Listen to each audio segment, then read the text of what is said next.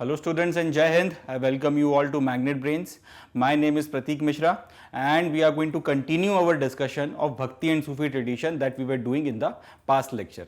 तो past lecture में हम लोगों ने बातचीत कर ली थी वीर शैवास के ट्रेडिशन के बारे में, नयनार्स के बारे में, अलवर्स के बारे में, इसके अलावा टेम्पल आर्किटेक्चर के बारे में थोड़ी बहुत बातचीत देख ली थी। नॉर्थ इंडिया में इस वक्त क्या हो रहा था ये देख लिया था और नॉर्थ इंडिया में इस वक्त किस तरीके के नए डेवलपमेंट्स या चेंजेस आ रहे थे।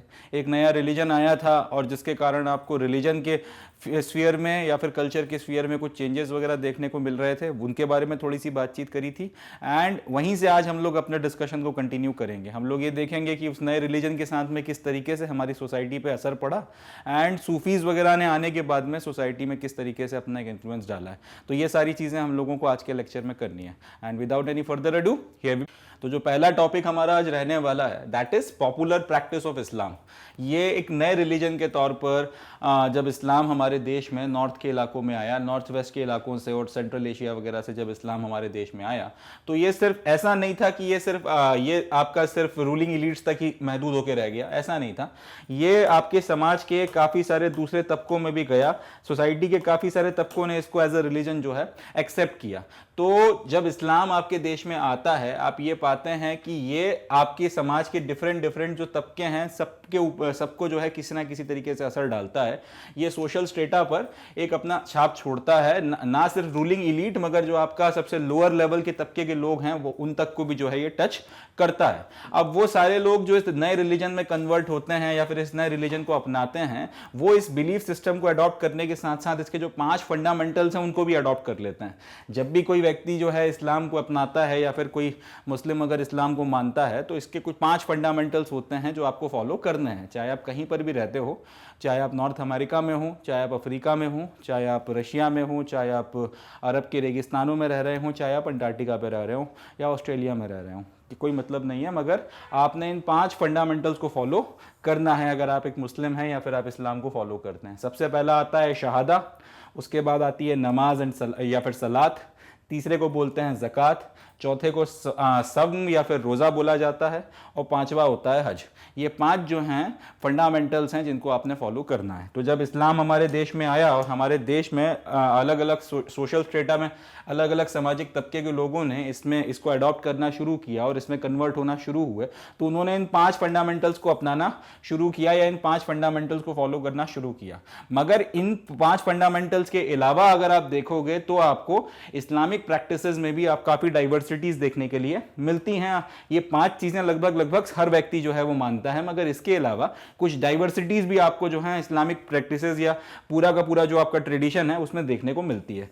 इन 5 प्रिंसिपल्स के अलावा क्या वो डाइवर्सिटीज हैं और क्या उनके रीजंस हैं, थोड़ा सा उसके बारे में बातचीत कर लेते हैं।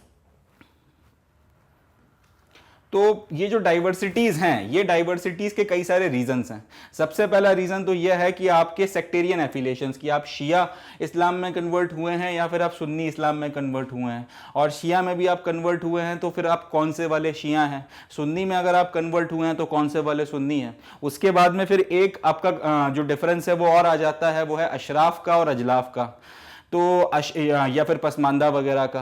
अशराफ वगैरह वो होते हैं जो बेसिकली अपना डेसेंट जोड़ते हैं उन इन्वेडर्स के साथ में या जो बाहर से लोग आए थे, जो सेंट्रल एशिया और बाकी सब जगहों से जुड़कर से जो लोग आए थे उनके साथ में, वो ये कहते हैं कि हम उनके डिसेंडेंट हैं। पसमानदा वो लोग हैं जो इंडियन ओरिजिन के थे और जो यहाँ पे कन्वर्ट हो गए थे। इसी तरीके से और भी आपके कई सारे जो हैं वेरिएशंस देखने को मिलते हैं। कुल मिला के इस्लाम में 72 तरीके के जो हैं फिरके या फिर 72 तरीके के जो हैं वेरिएशंस आपको देखने के लिए मिलते हैं। तो ये सबके सब जो वेरिएशंस हैं ये सब सेक्टेरियन एफिलिएशंस हैं, सब में थोड़ा डिफरेंस है। शिया सुन्नी का डिफरेंस आपको क्लियर समझ में आता है।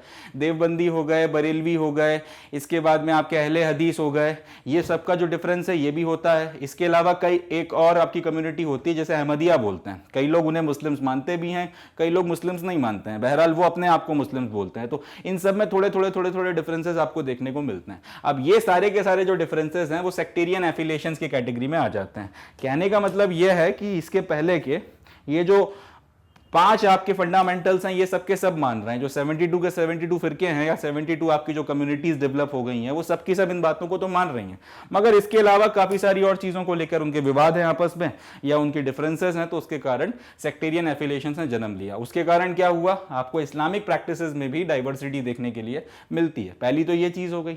दूसरा, जो आपके लोकल कस्टम्स वगैरह हैं, जो भी व्यक्ति कन्वर्ट होता चला गया, वैसा नहीं कि कोई व्यक्ति कन्वर्ट होगा तो एकदम ऑल टुगेदर उसकी सारा जो रहन सहन है और सारी जो लाइफ स्टाइल है वो बदल जाएगी। पुरानी आदतें एकदम से नहीं जाती हैं, या पुराने जो कस्टम्स एंड कल्चर्स हैं आदमी एकदम से उनसे निकल नहीं पाता। तो जो लोग कन्वर्ट हो रहे थे इस नए रिलीजन में, उन्होंने फिर भी अपने सोशल कस्टम्स वगैरह को पूरी तरह से नहीं छोड़ा।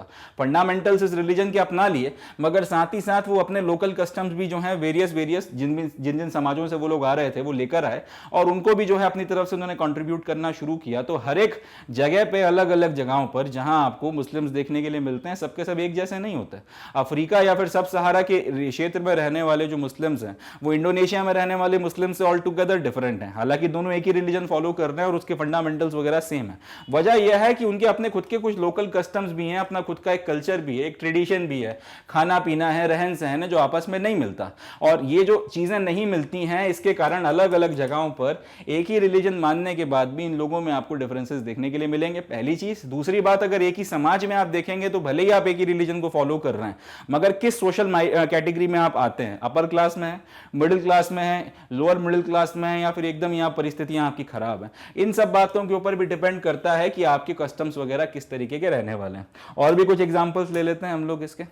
जैसे एक अरब मुस्लिम ट्रेडर्स वगैरह जो थे, उनका केरला के साथ में काफी ज्यादा ट्रेड हुआ करता था। अरब के जो मुस्लिम ट्रेडर्स वगैरह थे, जब ये इस्लाम नहीं आया था या फिर ये मुस्लिम नहीं बने थे, तब भी उसके पहले से केरला के साथ में तो ये लोग ट्रेड कर रहे थे। बाद में फिर इस्लाम आता है, ये लोग मुस्लिम्स हो जाते हैं, उसके बाद भी इनका ट्रेड वगैरह चलता रहता है। तो ये जो अरब ट्रेडर्स वगैरह थे, जो मलाबार के कोस्ट पर आते थे, कई सारे इनमें से यहीं पर सेटल भी हो गए। अब जब ये लोग यहाँ पर आकर सेटल हो गए, तो इन्होंने यहाँ की जो लोकल लैंग्वेज थी उसको अडॉप्ट कर लिया। मलयालम लैंग्वेज जो थी लोकल, इसको इन्होंने अडॉप्ट कर लिया। साथ ही साथ इन्होंने यहाँ के जो लोकल कस्टम्स थे उनको भी अडॉप्ट कर लिया। जैसे कि मैट्रिलिनिटी यहाँ का एक लोकल कस्टम था, ये हो गया। या फिर मैट्री लोकल रेसिडेंस। मैट्री लोकल रेसिडेंस का मतलब होता है शादी होने के बाद में पत्नी पति के घर नहीं आती, पति जो है वो पत्नी के घर जाकर उसके साथ में रहता है, इसको बोला जाता है मैट्री लोकल रेसिडेंस। अब ये सारी चीजें अरब में फॉलो नहीं होती हैं। अरब में पेट्रियार्कल सोसाइटी है, वहां पैट्रिलिनिटी चलती है, और मैट्री लोकल रेसिडेंसेस नहीं होते हैं। वहां पैट्री लोकल रेसिडेंसेस होते हैं, शादी के बाद में स्त्री जो है वो पुरुष के घर आती है और वो लोग फिर उसके घर पर रहते हैं। यहां पर सोसाइटी की कस्टम्स अलग है। और मगर पॉइंट यह है कि जो लोग यहां पर आकर सेटल हुए, in spite of the fact कि वो मुस्लिम्स थे या फिर उनका रिलीजन जो था इस्लाम था, फिर भी उन्होंने लोकल लैंग्वेजेस और लोकल कस्टम्स और सारी चीजों को अडॉप्ट किया।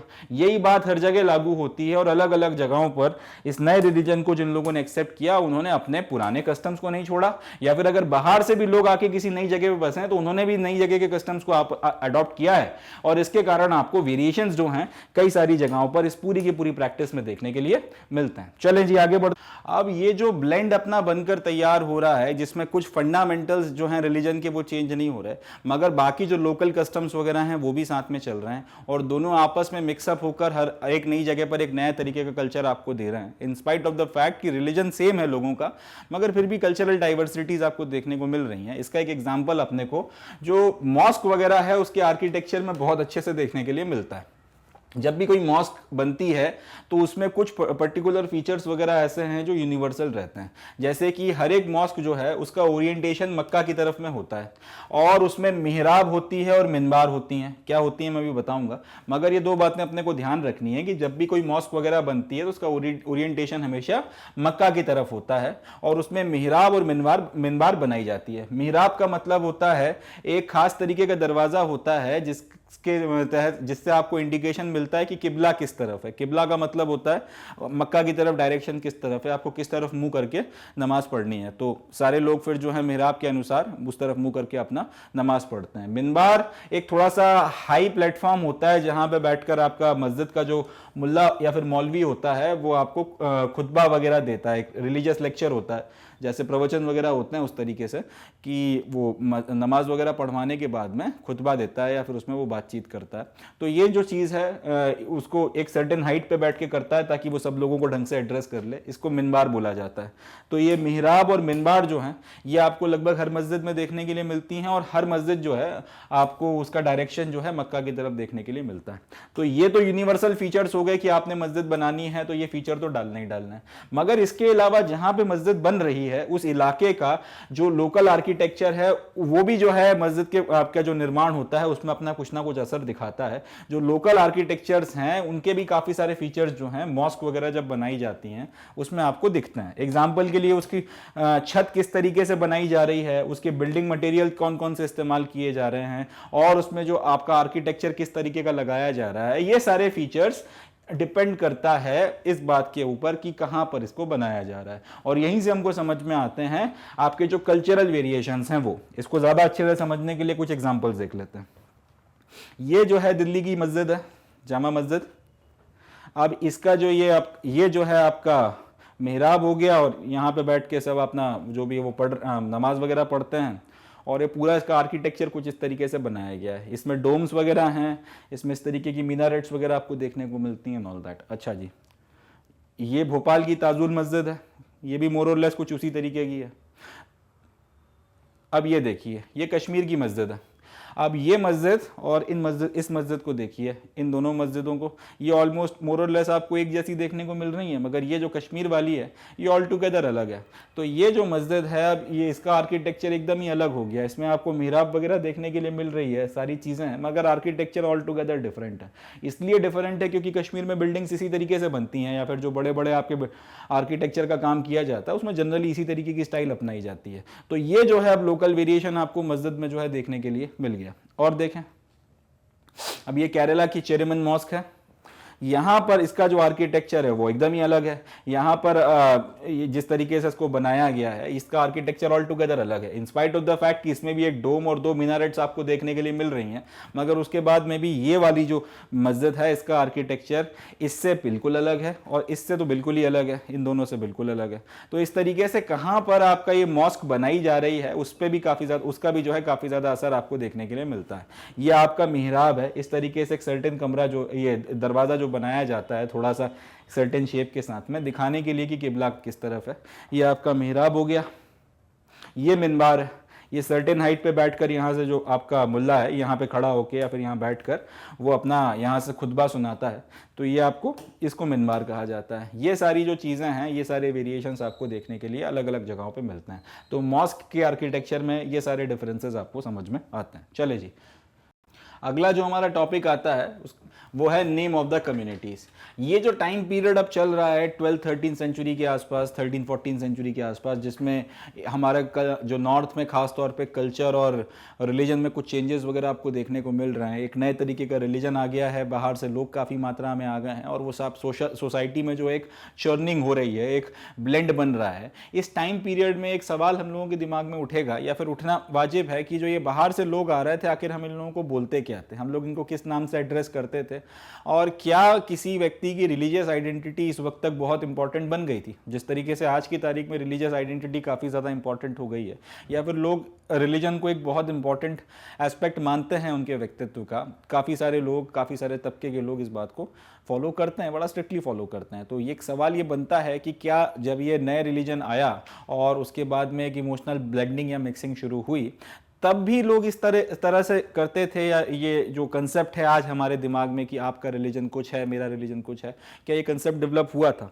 अगर हुआ था तो किस हद तक हुआ था, और अगर नहीं हुआ था तो फिर लोग एक दूसरे को किस तरीके से जानते थे, कैसे एड्रेस करते थे, उस चीज़ को अब हम लोग यहाँ पर समझेंगे। ये जो टॉपिक है नेम ऑफ द कम्युनिटीज़, उसमें हम लोग इस बात को देखने वाले हैं। तो इस टाइम पीरियड में हो ये रहा था कि लोग जो हैं उनके रिलीजन के बेसिस पर आइडेंटिफाई नहीं होते थे इस तरह से जैसे आज की तारीख में होता है कि आप रिलीजन ए से बिलोंग करते हैं, मैं रिलीजन बी से बिलोंग करता हूँ, फलाना रिलीजन सी से बिलोंग करता है, और आपको पता है कि इस रिलीजन से बिलोंग करने का क्या मतलब है, इस वाले से का और इस वाले से का क्या मतलब है, और आपको डिफरेंसेस समझ में आ जाते हैं। इस तरीके से लोग उस वक्त एक दूसरे को क्लासीफाई नहीं करते थे, लोग उस वक्त इस तरीके से लोग एक दूसरे को आइडेंटिफाई नहीं करते थे उस वक्त, या फिर उस पर्टिकुलर समाज में मिडिवल एजेस के शुरुआती जो टाइम पीरियड है, जो दिल्ली सल्तनत बनने के बाद के वक्त, कुछ वक्त का, इसमें लोग एक दूसरे को आइडेंटिफाई करते थे रीजन्स के बेसिस पर जहाँ से वो उठकर आए थे। उन रीजन्स वगैरह से जहाँ से वो उठकर आए थे उसके बेसिस पर लोग एक दूसरे को आइडेंटिफाई किया करते थे। जो तुर्किश लोग उठकर आए थे, जो तुर्क वगैरह उठकर आए थे सेंट्रल एशिया से, टर्किश पीपल जो उठकर आए थे, इन लोगों को या इनमें से काफ़ी लोगों ने जो है अपनी सल्तनत वगैरह बनाई और ये रूलर्स बन के बैठ गए। तो ये जो टर्किश रूलर वगैरह थे इनको बोला जाता था तुरुक्षा, तुरुशाका, नॉट तुरुक्षा, तुरुशाका। तो टर्किश रूलर क्या कहलाते थे, या जो टर्किश लोग थे उनको क्या बोला जाता था, तुरुशाका। इसी तरीके से जो लोग तजिकिस्तान वगैरह से उठकर आए थे उनको बोला जाता था तजिका। वो लोग जो पर्शिया से उठकर आए थे उनको बोला जाता था पाराशिका।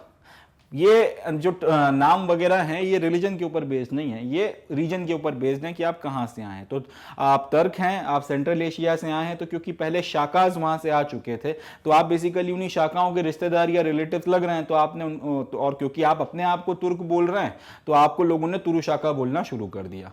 आप अगर तजिकिस्तान से आए तो तजिका बोल दिया, अगर आप पर्शिया से आए तो पराशिका बोल दिया। इस तरीके से अलग अलग ये जो नाम दिए जा रहे हैं ये कम्युनिटी या रिलीजन के बेसिस पर नहीं दिए जा रहे, ये दिए जा रहे हैं उन रीजन्स के बेसिस पर जहां से कोई व्यक्ति उठकर आया है। तो याद रखने वाली बात है, जब शुरुआती ये टाइम पीरियड था दिल्ली सल्तनत बनने के कम से कम 200-300 सालों में आपको ये चीज देखने के लिए मिलती है कि रिलीजन एज सच इतना इंपॉर्टेंट फैक्टर या एस्पेक्ट नहीं था।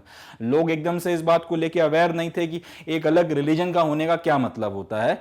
वो इसको इस तरीके से देखते थे कि ये अलग क्षेत्र के लोग हैं, अलग और यहाँ पर उठकर आए हैं, उस क्षेत्र के नाम से वो उनको आइडेंटिफाई करते थे और उसी के बेसिस पर, और ये सिर्फ इस तरीके से चलता था कि ये पर्टिकुलर क्षेत्र के लोग हैं और एक सर्टेन तरीके का बिलीफ सिस्टम रखते हैं, इनकी पद्धति जो है पूजा की वो अलग है, बस इससे ज्यादा और कुछ जो है रिलीजन का एक एक्यूब कंसेप्ट जो है वो आपके दिमाग में नहीं हुआ करता था। अब कई बार जो तर्क और अफगानिस्तान है, जो ये जो टर्क्स होते थे, अफगानी होते थे, कई बार इनको तुरु शाका ना बोल के सिर्फ शाका बोल दिया जाता था। चैप्टर 2 और चैप्टर 3 में हमने देख ही रखा है कि शाकाज आपके सेंट्रल एशिया वगैरह से उठकर आए थे, तो वही जो क्लासिफिकेशन है उसी के बेसिस पे कई बार इन लोगों को शाकाज भी बोल दिया जाता था। और एक टर्म इस्तेमाल होता था इनके लिए कई बार, वो था यवन। हालांकि यवन टर्म जनरली ग्रीक्स के लिए इस्तेमाल हुआ था, मगर इस टाइम पीरियड तक क्योंकि इस वक्त काफी लोग यहां से आने लगे थे तो फिर उन लोगों के लिए एक नॉर्मल टर्म इस्तेमाल होने लगा था, यवन। और एक टर्म जो अभी भी इस्तेमाल में था, पूरी तरह से खत्म नहीं हुआ था, अब इनमें से किसी को भी अगर आपको डिफाइन करना है तो उसके लिए आप मलेच्छ ये शब्द इस्तेमाल करते थे या कर सकते थे। इसको याद रखना पड़ेगा, इंपॉर्टेंट है। तो एस्पेक्ट क्या निकल कर आता है यहां से एमसीक्यू के पॉइंट ऑफ व्यू से, कि लोग एक दूसरे को रिलीजन के बेसिस पर आइडेंटिफाई नहीं कर रहे हैं, लोग एक दूसरे को रीजन के बेसिस पर आइडेंटिफाई कर रहे हैं। बाकी फिर इन लोगों के नाम वगैरह एंड कॉमन नाम, कि इन सबके लिए जो कॉमन नाम इस्तेमाल होता था वो कौन सा था। यवन इस्तेमाल होने लगा था कुछ कुछ लोगों के लिए, मगर कॉमन टर्म जो इस्तेमाल होता था वो आपका मलेच्छ ही था। आप डेरोगेटरी टर्म में यूज कर लें चाहे जनरल टर्म के तौर पर यूज करने, बट मलेच्छ इन सब के लिए इस्तेमाल हुआ करता था। नेक्स्ट हमारा टॉपिक आता है ग्रोथ ऑफ सूफीज्म। अब हम लोग ये देखेंगे कि ये जो सूफीवाद है या फिर ये जो सूफी संत वगैरह आए, इन लोगों का किस तरीके से हिंदुस्तान के समाज के ऊपर असर पड़ा है। तो सूफी संतों की शुरुआत जो होती है वो कैसे होती है। जब इस्लाम as a religion Middle East वगैरह के इलाकों में, या जिसको हम लोग मुस्लिम वर्ल्ड बोलते हैं, वहाँ पर स्टैब्लिश हो गया, तो उसके साथ ही साथ एक और चीज़ डेवलप हुई जिसको बोला जाता है कैलिफेट, या फिर हिंदी में इसको हम लोग बोलते हैं खिलाफत। अब खिलाफत वक्त के साथ में एक रिलीजियस और एक पॉलिटिकल इंस्टीट्यूशन के तौर पर डेवलप होती चली गई। मतलब ये कि खिलाफत एक तरीके का आप कह सकते हैं एक अंपायर था या फिर एक साम्राज्य था। इसमें अब जो व्यक्ति रूल करता था उसको बोला जाता था खलीफा। टाइम पीरियड के साथ में उसकी जो पकड़ है वो मुस्लिम वर्ल्ड के ऊपर काफ़ी ज़्यादा मजबूत होती चली गई, और वो खलीफा जो था वो मुस्लिम्स का फिर रिलीजियस लीडर भी हो गया, धार्मिक लीडर भी हो गया, प्लस साथ ही साथ वो उनका पॉलिटिकल इंस्टीट्यूशन के तौर पर जो है, या पॉलिटिकल लीडर के तौर पर भी जो है वो उभर कर आया। अब ये जो कैलिफेट थी वक्त के साथ में इसमें मटेरियलिज्म जो था काफी ज्यादा मात्रा में बढ़ रहा था। जो बात था वो भौतिकवाद काफी ज्यादा मात्रा में आपको बढ़ता हुआ देखने को मिलता है।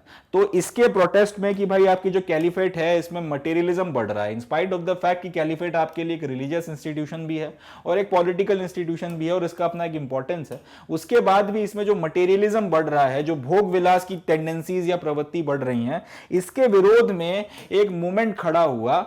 ऐसे लोग जो एस्थेटिक थे, यानी कि जो सारी चीजें छोड़ के बैठे हुए थे, संन्यास ले चुके थे, दुनिया को रिनाउंस कर चुके थे, ऐसे लोग, और जो अपने आप को पूरी तरीके से जो है श्रद्धा, पूजा, आराधना, अर्चना इस तरीके की चीजों में लगा के रखते हैं, इस तरीके के जो लोग थे। मुस्लिम पॉइंट ऑफ व्यू से बोला जाए तो ऐसे लोग जो हमेशा इबादत करते रहते हैं वो लोग, और जिन्होंने सब कुछ छोड़ दिया है, समाज से एकदम कट कर वो जो है ईश्वर की आराधना में लगे हुए हैं। इस तरीके के लोगों ने जब देखा कि कैलिफेट जो कि एक इंपॉर्टेंट रिलीजियस और पॉलिटिकल इंस्टीट्यूशन है, उसमें जब मटेरियलिज्म काफी मात्रा में बढ़ रहा है, तो फिर उसके विरोध में ये लोग खड़े हो गए। और ये जो जितने लोग खड़े हुए थे, फिर ये सूफी कहलाए, या फिर ये जो पूरा का पूरा एक मूवमेंट खड़ा हुआ उन लोगों का जो इस मटेरियलिज्म के खिलाफ खड़ा हो गया था, उन्होंने अपने आप को सूफी बोला।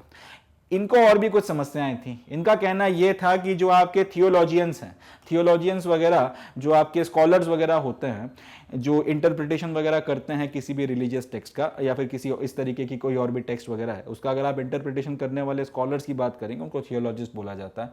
तो इनका कहना यह भी था कि जो आपके इस्लामिक थियोलॉजिस्ट हैं, ये लोग कुरान का जो इंटरप्रिटेशन करते हैं वो बहुत डॉगमेटिक है, और कुरान और साथ ही साथ सुन्ना का जो इंटरप्रिटेशन करते हैं ये बहुत ज्यादा डॉगमेटिक है। इसका मतलब ये कि लाइन बाय लाइन जैसा लिखा है ये उसको वैसा का वैसा फॉलो करवाना चाहते हैं। ये नहीं समझते कि हो सकता है उस लाइन में जो शब्द इस्तेमाल किए गए उसका कुछ और मीनिंग निकल रहा है और वो बात कुछ और कहना चाह रहे हो। इस तरीके से अगर आप ये बोलो कि जो लिखा हुआ है और इसका जो मतलब निकल कर आ रहा है मैं वही समझूंगा और इसके अलावा कुछ नहीं समझूंगा, तो ये जो है डॉगमेटिक इंटरप्रिटेशन कहलाता है। जैसे कि अगर मैं आपसे ये बोलूं कि भाई आज जो है हवा में फूलों की खुशबू घुली हुई है, अब ये सिर्फ एक बताने का तरीका है कि आज जो हवा है बड़ी अच्छी लग रही है, बड़ी मौसम अच्छा है, हवा ठंडी है, सॉर्ट ऑफ मैंने कह दिया कि आज तो जो है हवा में फूलों की खुशबू घुली हुई है। एक डॉगमेटिक इस चीज को इस तरीके से लेगा कि वो सूंघने लगेगा कि फूलों की खुशबू आ रही है कि नहीं आ रही है, और अगर आ रही है तो कौन से फूल की खुशबू ज्यादा मात्रा में आ रही है। कुछ जगहों पर जहां जैसे आपके ऐसे फूल हैं जिनकी खुशबू काफी तेज आती है, वहां पर यह बात सच हो जाएगी कि यहाँ पे फूलों की खुशबू, यहाँ पे एक सर्टेन तरीके के फूल की खुशबू आ रही है। मगर एक तरीका भी होता है कहने का किसी चीज को, कि आपने एक तरीके से कोई बात कही और आप मतलब कुछ और निकल कर आ रहा है। तो जैसे कि अगर आप बहुत सारा काम कर रहे हैं, लेट से आप 4-5 काम इकट्ठे कर रहे हैं और किसी ने आके बोला कि भाई आप फ्री हैं क्या, देखते हुए कि आप काम कर रहे हैं, और आपने बोला नहीं आपके लिए तो हमेशा ही फ्री हूं, देखिए ना कुछ भी तो नहीं कर रहा, तो अब आपने यहाँ पे बात कुछ और कही है मगर उसका मतलब कुछ और निकल कर आ रहा है। मगर सामने वाला आपको काम करते हुए देख रहा है, बहुत सारे कामों में बिजी, और फिर भी उसने आके आपसे पूछा कि भाई फ्री हो क्या, और आपने बोल दिया दिख तो रहा है आपको कि एकदम खाली बैठा हुआ हूं, और उसने इस बात को इसका मतलब यही निकाला कि हाँ ये बात आदमी जो कह रहा है ये सच है, ये एकदम खाली है, इंस्पाइट ऑफ द फैक्ट कि उसको दिख रहा है कि सारे काम चल रहे हैं। तो इस तरीके से एक जो लाइन लिखी हुई है उसका जो मतलब निकल कर आ रहा है, सिर्फ वही मतलब समझना और इसके अलावा किसी और तरफ अपना दिमाग नहीं चलाना कि इसका कोई और भी मतलब हो सकता है, कोई और भी इंटरप्रिटेशन हो सकता है। इसको बोला जाता है डॉगमेटिक डेफिनेशंस, कि आपने जैसा लिखा है जस का तस उस लाइन को वैसा का वैसा पढ़ना है। तो जो आपके थियोलॉजियंस थे वो कुरान का और सुन्ना का जो है इस तरीके का डॉगमेटिक और स्कोलेस्टिक मेथड्स लगा लगा कर इंटरप्रिटेशन कर रहे थे। सुन्नीस का और शियाज वगैरह जो भी थे सारे लोग इस तरीके के काम कर रहे थे। सूफीज का कहना यह था कि भाई हम लोग एकदम डॉगमेटिक डेफिनेशंस के साथ में नहीं जाते। कई बार हमें ऐसा लगता है कि जो बात कही गई है इसके कई सारे मतलब निकलते हैं, कई सारे इशारे होते हैं इसमें, आप मगर ये कह रहे हैं कि इसका सिर्फ एक ही मतलब है और इसे ही फॉलो करो, ये बात हमारे गले नहीं उतरती, इसलिए हम इस बात को नहीं मानेंगे। इस तरीके से सूफीज ने अपना एक स्टैंड इनके खिलाफ भी लिया जो थियोलॉजियंस वगैरह थे। इन्होंने ये कहा कि हम कुरान का इंटरप्रिटेशन इस अपने पर्सनल एक्सपीरियंस के बेसिस पर करेंगे, यानी कि कुरान में जो बातें लिखी गई हैं उनका क्या मतलब निकालना है या क्या मतलब निकलना चाहिए, हम अपने एक्सपीरियंस के बेसिस पर हमें क्या एहसास होता है उसको पढ़कर और उसको समझकर, या जिंदगी में हमें क्या एहसास हो रहे हैं पर्सनल एक्सपीरियंसेस में, हम उसके बेसिस पे उसका इंटरप्रिटेशन करेंगे, ना कि हम लोग उस इंटरप्रिटेशन को मानेंगे जो आपने हमें बताया है। इस तरीके से एक ये जो है मूवमेंट इन्होंने शुरू किया जिसमें ये लोग कैलिफेट के भी अगेंस्ट में जा रहे थे, थियोलॉजियंस के भी अगेंस्ट में जा रहे थे, या इस तरह से कह सकते हैं कि इनके अल्टरनेटिव में इन्होंने अपना एक अलग सिस्टम खड़ा कर लिया एंड इम्फेसिस इसमें इन लोगों ने इस बात पर दिया, इनका जो जोर था वो इस बात पर था कि अगर आपको मुक्ति चाहिए, अगर आपको सेल्वेशन चाहिए, तो ईश्वर के प्रति अपने आप को, आपका जो प्यार और डिवोशन है उसको आपने इंटेंस करना है। अति से ज्यादा अगर आप प्यार और डिवोशन ईश्वर के प्रति रखोगे तो आपको सल्वेशन या मुक्ति जो है मिल जाएगी। इस तरीके से जो है ये एक पर्टिकुलर थॉट प्रोसेस, जिसमें कुरान का इंटरप्रिटेशन आप अपने थॉट प्रोसेस के बेसिस पे, आपका जो एक्सपीरियंस है उसके बेसिस पर, या आपको पढ़कर जो समझ में आ रहा है उसके बेसिस पे करना है। जो स्कॉलर्स वगैरह हैं, थियोलॉजियंस हैं, उनके लिखे हुए या रटे रटाए आपके एक्सप्लेनेशंस का आप इस्तेमाल नहीं कर रहे।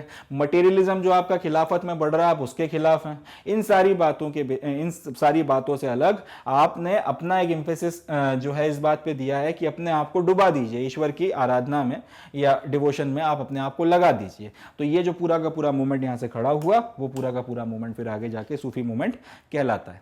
अब देखने वाली बात यह है कि ये जो शब्द मैं बार बार इस्तेमाल कर रहा हूं सूफी, ये जो सूफी शब्द है ये नया शब्द है। ये जो सूफी शब्द हम लोग इस्तेमाल करते हैं या फिर इनको सूफी सेंट्स बोल देते हैं या सूफी संत बोल देते हैं, ये शब्द इन्होंने अपने लिए इस्तेमाल नहीं किया था। सूफी जो है ये एक इंग्लिश का शब्द है और इसको कॉइन किया गया था 19th सेंचुरी कॉमन एरा में। 19th सेंचुरी यानी कि 1801 से 1899 के बीच में ये शब्द जो है उसको आपने कॉइन किया था कि भाई सूफी शब्द जो है, ये जो लोग हैं सर्टेन तरीके के जो इन बातों को फॉलो करते हैं, उनके लिए अंग्रेजों ने एक शब्द इस्तेमाल किया, वो है सूफी। ये अपने लिए जो शब्द इस्तेमाल करते थे या फिर जो इस्लामिक टेक्स्ट में सूफियों के लिए शब्द इस्तेमाल किया गया है वो है तसव्वुफ। याद रखिएगा इस बात को, सूफी जो शब्द है वो इन्होंने अपने लिए इस्तेमाल नहीं किया है। इस्लामिक ये इंग्लिश का टर्म है जो 19th सेंचुरी में कॉइन किया गया था। ये अपने लिए जो टर्म इस्तेमाल करते थे वो कौन सा था, उसको बोला जाता था तसव्वुफ। ये एक इंपॉर्टेंट सवाल बनता है यहां से कि सूफीज के लिए इस्लामिक टेक्स्ट में कौन सा शब्द इस्तेमाल किया गया। जवाब क्या हो जाएगा, तसव्वुफ। तो इसको अपने को ध्यान रखना है। नेक्स्ट जो हमारा टॉपिक आता है वो है खानक्वाज एंड सिलसिलास। खानक्वाह एंड सिलसिलास, अब ये टॉपिक अब हम लोगों को पढ़ना है। तो सूफीज का जो मूवमेंट था ये इस्लामिक वर्ल्ड में जब खिलाफतें बनी और उसके बाद कुछ वक्त तक जो है पूरा अपना प्रोसेसेस वगैरह चलना शुरू हुई, तो उसके कुछ वक्त में शुरू हो गया। 7th सेंचुरी में इस्लाम आया था, 8th-9th सेंचुरी आते आते आपको एक सूफी ट्रेडिशन या फिर सूफी मूवमेंट देखने को मिलने लगा था इस्लामिक वर्ल्ड में। अब तक ये सारी बातें इंडिया में नहीं हो रही है, सारा काम हिंदुस्तान के बाहर चल रहा है। 11th सेंचुरी कॉमन एरा आते आते सूफिज्म जो है ये अपने आप में एक वेल डेवलप्ड मूवमेंट के तौर पर खड़ा हो गया था और इसमें अच्छा खासा लिटरेचर लिखा जा चुका था और इनकी अपनी अच्छी खासी प्रैक्टिसेस डेवलप हो चुकी थी। 7th सेंचुरी में इस्लाम आता है, इस्लामिक वर्ल्ड अपना जो है वो स्टैब्लिश होता है, एक खिलाफत स्टैब्लिश होती है, साथ ही साथ कुरान और हदीस वगैरह जो हैं, सुन्नास वगैरह जो हैं, इनके इंटरप्रिटेशन शुरू होते हैं और ये सारी चीज़ें चल रही हैं। इसी वक्त में 8वीं-9वीं शताब्दी के आसपास, 9वीं-10वीं शताब्दी के बीच में एक पूरा मूवमेंट खड़ा होता है जिसको बोला जाता है सूफी मूवमेंट। और 11th सेंचुरी कॉमन एरा आते आते ये मूवमेंट अपने आप में काफ़ी ज़्यादा डेवलप हो चुका है, इसमें अच्छी खासी फॉलोइंग आ चुकी है। अच्छा खासा इन लोगों ने अपना खुद का लिटरेचर लिखकर तैयार कर लिया है और खुद की काफी सारी प्रैक्टिसेस डेवलप कर ली हैं। तो ये सारी चीजें 11th सेंचुरी कॉमन एरा में हो रही थी। क्या प्रैक्टिसेस और किस तरीके के इंस्टीट्यूशन, वो अभी हम लोग देखेंगे। और उसी में जो शब्द आएगा उसको बोला जाता है खानक्वाह। खानक्वाह क्या होता है समझने की कोशिश करता है। जो आपके सूफीज वगैरह थे इन्होंने अपने खुद के इंस्टीट्यूशंस वगैरह बनाए थे या फिर अपने खुद के जो हैं एक आप कह सकते हैं ऑर्गेनाइजेशन वगैरह स्टैब्लिश कर लिया था। अब ये जो ऑर्गेनाइजेशंस थी वो किस तरह से काम करती थी, ये अपना खुद का एक हॉस्पाइस या फिर एक खानक्वाह जो है वो स्टैब्लिश करते थे। खानक्वाह, हॉस्पाइस का मतलब होता है, ये इंग्लिश का शब्द है, इसका मतलब होता है एक धर्मशाला टाइप की या फिर एक धार्मिक स्थल सॉर्ट ऑफ करके जगह। जैसे हम लोग आज की तारीख में देखते हैं कि कहीं पे कोई दरगाह है और उसके आसपास आपका पूरा का पूरा एक छोटा सा इंस्टीट्यूशन बना हुआ है जहाँ पे कुछ खाने पीने की, ठहरने की व्यवस्था है, जहाँ पे आपके भजन वगैरह भी चल रहे हैं या फिर वो कव्वालियाँ हो रही हैं, सारी चीज़ें, इनको हॉस्पाइस कहा जाता है इंग्लिश में। हिंदी में इसका मतलब बनता है धर्मशाला। सूफियों ने जो शब्द इस्तेमाल किया है वो है खानक्वाह। तो अगर कोई सूफी अपना कोई इंस्टीट्यूशन चला रहा होता था तो उसको आप टेक्निकली हॉस्पाइस कह सकते हो या फिर धर्मशाला कह सकते हो, मगर सूफियों ने इसके लिए जो शब्द इस्तेमाल किया है वो है खानक्वाह। तो खानक्वाह क्या है, खानक्वाह एक जगह है जहाँ या फिर एक पर्टिकुलर आप कह सकते हैं कि एक रिलीजियस इंपॉर्टेंस का इंस्टीट्यूशन है जिसमें सूफीज वगैरह जो हैं अपना जो भी एक्टिविटीज़ वगैरह कर रहे हैं वो किया करते थे। अब ये जो खानक्वाह है इसको एक टीचिंग मास्टर के कंट्रोल करता था, यानी कि आपने एक सूफी संत ने या फिर एक सूफी ने अपना खुद का एक खानक्वाह एस्टैब्लिश कर लिया। अब इसको चला कौन रहा है, एक टीचिंग मास्टर जो यहाँ पर लोगों को शिक्षा देता है जिसका नाम है शेख। अरबी में, अगर ये सूफी अरबिक में है तो फिर ये आपका शेख कहलाता है, और अगर ये आपका पर्शियन में है तो इसके लिए जो शब्द इस्तेमाल होता है वो है पीर या फिर मुर्शीद। इसको अपने को ध्यान रखना है कि सूफी मूवमेंट वगैरह अपना पूरा 11वीं सेंचुरी कॉमन एरा तक तैयार हो गया। अभी यहाँ पर क्या हो रहा है, एक आपने खुद का एक पर्टिकुलर जगह स्टैब्लिश कर ली जिसको आपने बोल दिया खानक्वा।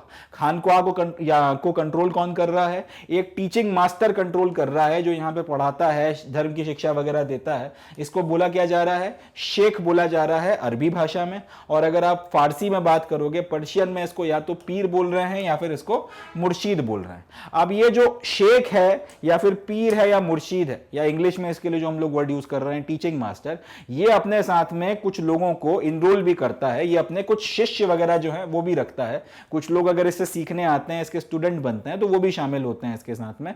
इनको कहा जाता है मुरीद। जो अरबी में अगर आप बोलोगे तो शेख, या फिर आप पर्शियन में बोलोगे तो पीर हो गया या फिर मुर्शीद हो गया। मुर्शीद के मुरीद, मुरीद का मतलब क्या है, इस टीचिंग मास्टर के स्टूडेंट्स वगैरह। और जब ये टीचिंग मास्टर या फिर ये शेख जो है, जब इसकी मृत्यु होने को रहती थी, या फिर इसको पहले से पता था कि अब मैं मरने वाला हूं, तो मेरे बाद में ये जो मेरा पूरा का पूरा खानक्वा कौन चलाएगा, उसके लिए ये अपनी तरफ से एक सक्सेसर अपॉइंट कर दिया करता था। उस सक्सेसर को बोला जाता था खलीफा।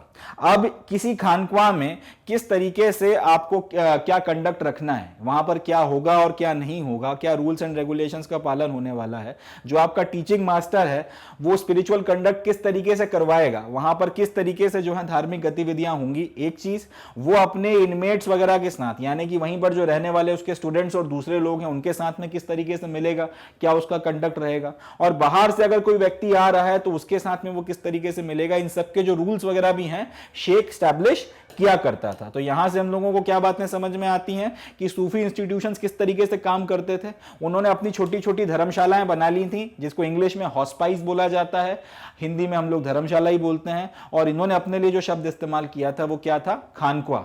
तो इन्होंने अपनी छोटी छोटी खानक्वाएं बना ली थी। वहां पर 2-4 लोग आपको देखने को मिलते थे। सबसे पहला आपको देखने को मिलता था एक रिलीजियस टीचर, जो यहाँ पर मजहबी शिक्षा वगैरह दिया करता था, या आज भी जो आपको सूफी खानक्वा देखने को मिलते हैं वहां एक रिलीजियस टीचर होता है। इसको अगर आप अरबी में बोलेंगे तो शेख बोला जाता है, पर्शियन में बोलेंगे तो पीर या मुर्शीद बोला जाता है। दूसरा यहाँ पर ये सारा रिलीजियस टीचिंग्स वगैरह आपको दिया करता था। दूसरा, इस मुर्शीद के जो आपके स्टूडेंट्स वगैरह हैं जो इससे सीखने आते थे, जिनके लिए शब्द मुरीद इस्तेमाल हो रहा है, वो लोग आपको यहां पर देखने के लिए मिलते हैं।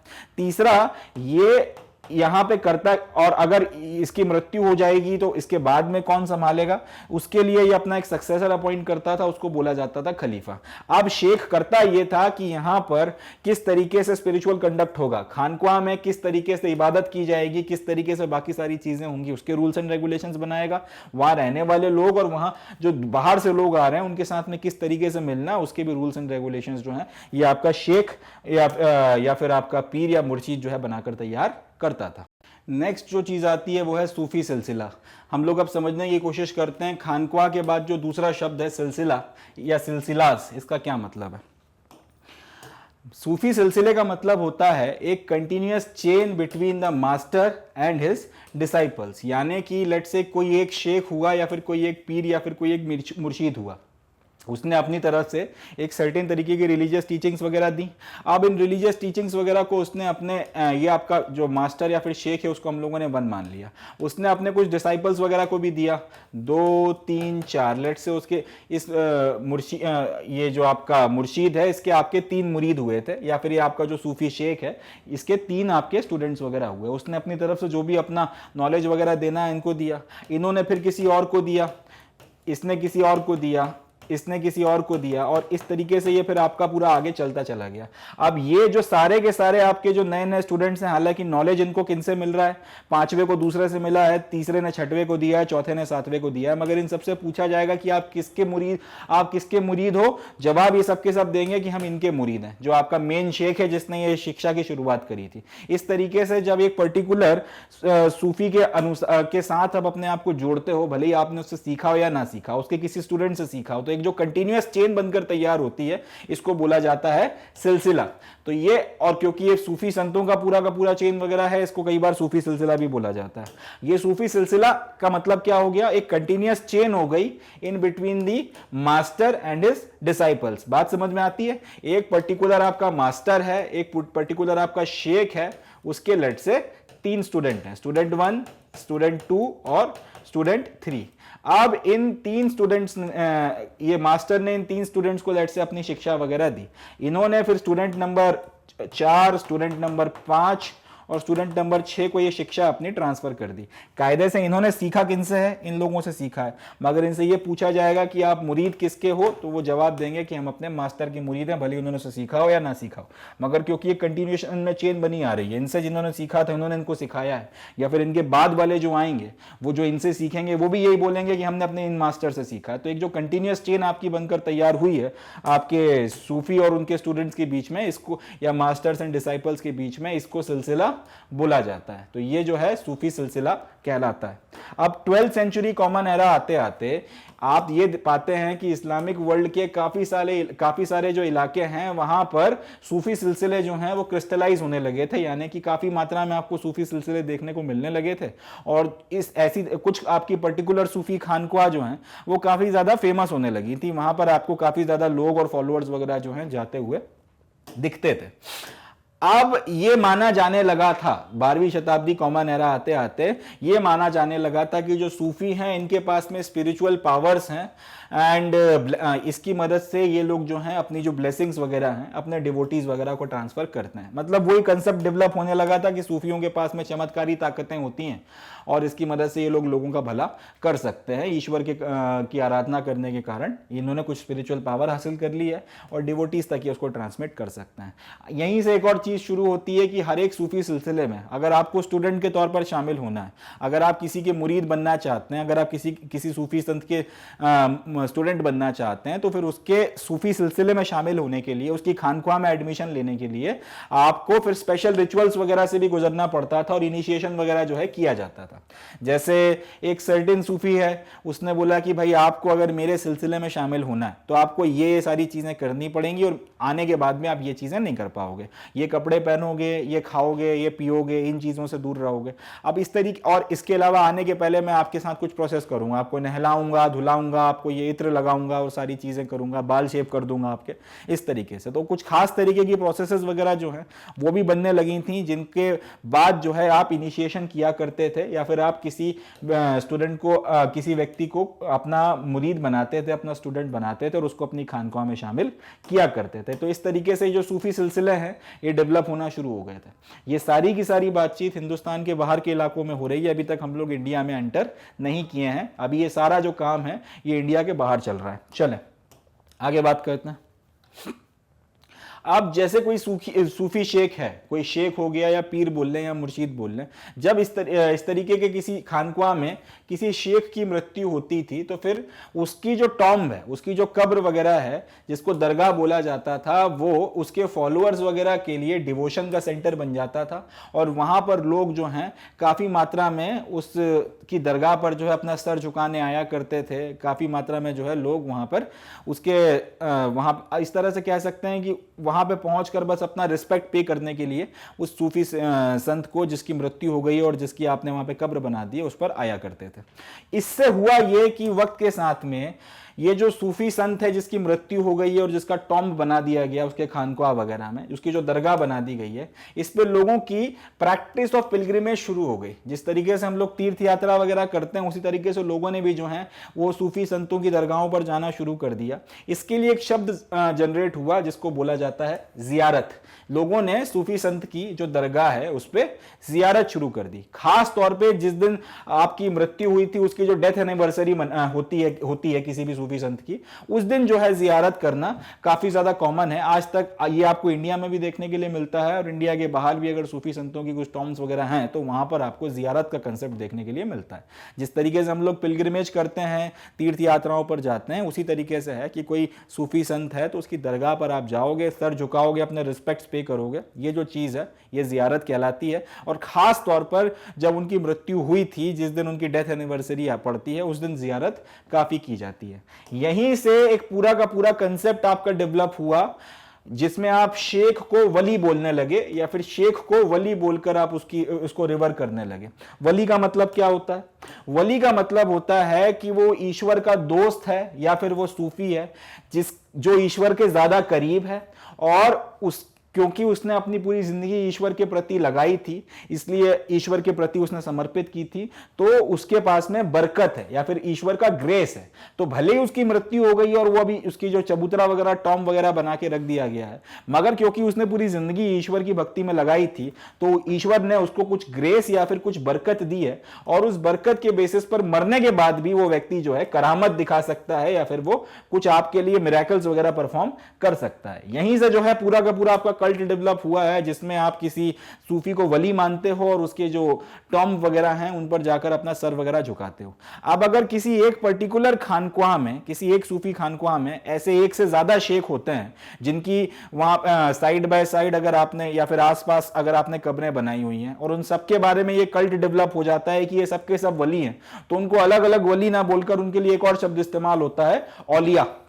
उनके लिए फिर औलिया शब्द का जो है इस्तेमाल किया जाता है। ये अपने को ध्यान रखना है। तो सूफी संत वगैरह क्या करते हैं, अपना खुद का एक खानक्वाह एस्टैब्लिश कर लिया और उस खानक्वाह या फिर उस हॉस्पाइस या फिर उस धर्मशाला से अपना कंडक्ट चला रहे हैं, साथ में उनके लोग वगैरह आके जुड़ते चले गए जिनको उनका मुर्शीद बोला जाता है। वक्त के साथ में इनका ये जो एक सिलसिला बनकर तैयार हो जाता है। जब इनकी मृत्यु होती है, उस मृत्यु के बाद में अगर इनका टॉम्ब वहां पे बना दिया गया, अगर इनकी वहां पे डेड बॉडी वगैरह को गाड़ के पूरा उसके आसपास वो सब सीमेंटिंग वगैरह कर दी गई, तो उसको दरगाह बोला जाता है। लोगों ने अगर वहां पर आना शुरू कर दिया, पिलग्रिमेज शुरू कर दी, तो उसको जियारत बोलते हैं। एंड खास तौर पे जियारत डेथ एनिवर्सरी पर की जाती है, जिस दिन आपके जो सूफी है उसकी मृत्यु हुई थी। अब यहां ये अगर किसी पर्टिकुलर सूफी के बारे में आपका ये बनता है विचार कि यहां पर मन्नत मांगने से सब चीजें ठीक होंगी, वजह यह है कि ये आदमी ने पूरी जिंदगी जो है आपका ईश्वर की भक्ति में लगाई थी, तो उसके कारण इनके पास में कुछ बरकत आ गई थी, और इसलिए भले इनकी मृत्यु हो गई है मगर एक करामत दिखा सकते हैं। इस तरीके की जो बातें अगर आने लगी, वहां से वली का कंसेप्ट डेवलप हुआ। अगर एक ही सूफी खानक्वाह में एक से ज्यादा शेख हुए हैं जिनको आपने वली बोलना शुरू कर दिया, तो फिर उनके लिए कंबाइंड तौर पर एक शब्द इस्तेमाल होने लगा, उसको कहा जाता है औलिया। ये सारी बातों का अपने को ध्यान रखना है। यहां से काफी सारे एमसीक्यूज बनकर तैयार। अब ये जो मैक्सिमम सूफी लीनिएजेस थी या फिर जो सूफी सिलसिले थे, इनको नाम दिया जाता था इनके फाउंडिंग फिगर के बेसिस पर, यानी कि जिस संत ने या फिर जिस व्यक्ति ने ये सूफी सिलसिला शुरू किया है और वो सिलसिला फिर चल पड़ता था, तो ये सिलसिले का जो नाम दिया जाता था ये उस सूफी सेंट के या उस फाउंडिंग फिगर के नाम पर ही दिया जाता था। एग्जाम्पल के लिए कादरी सिलसिला जो है, इसका नाम पड़ा था शेख अब्दुल कादिर जिलानी के बाद। इन्होंने ये जो है पूरा का पूरा सूफी सिलसिला चालू किया था, जिसका नाम बाद में कादरी सिलसिला पड़ गया, और आज ये कादरी जो है काफी कॉमन सरनेम के तौर पर भी इस्तेमाल किया जाता है। तो इस तरीके से मोस्ट ऑफ द सूफीज जो थे, ये इनकी अगर आप बात कर लें तो ये जो सूफी सिलसिले हैं, इनका जो नाम पड़ा था ये उस शुरुआती मास्टर के नाम के बेसिस पे पड़ा था जिसने सूफी सिलसिले की शुरुआत करी थी। मगर ये बात हर बार सच नहीं होती थी, इसके कुछ अपने एक्सेप्शंस भी थे।